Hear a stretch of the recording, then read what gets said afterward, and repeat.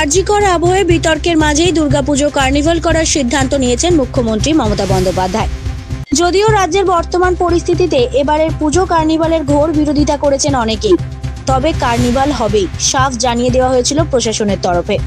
সেই মতোই নির্দিষ্ট সময়ে রেড রোড শুরু হয়েছে পুজো কার্নিভাল। কার্নিভালের মঞ্চে রয়েছেন খোদ মুখ্যমন্ত্রী মমতা বন্দ্যোপাধ্যায়, রয়েছে কলকাতা পুরসভার মেয়র ফিরহাদ হাকিম সহ রাজ্যের অন্যান্য মন্ত্রীরা।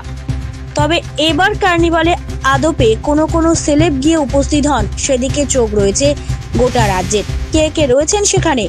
এবার পুজো কার্নিভালের মঞ্চে মুখ্যমন্ত্রী মমতা বন্দ্যোপাধ্যায়ের ঠিক পাশেই দেখা গেল এই রাজ্যের গুটি কতক সেলেবকে।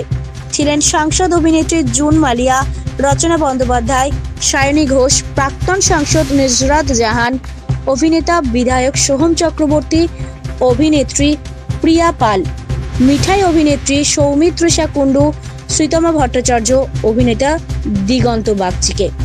এছাড়াও পুজো কার্নিভালে এবার নাচ করতে দেখা গেল নীল ভট্টাচার্য ও সম্পূর্ণা লাহিড়ীকে।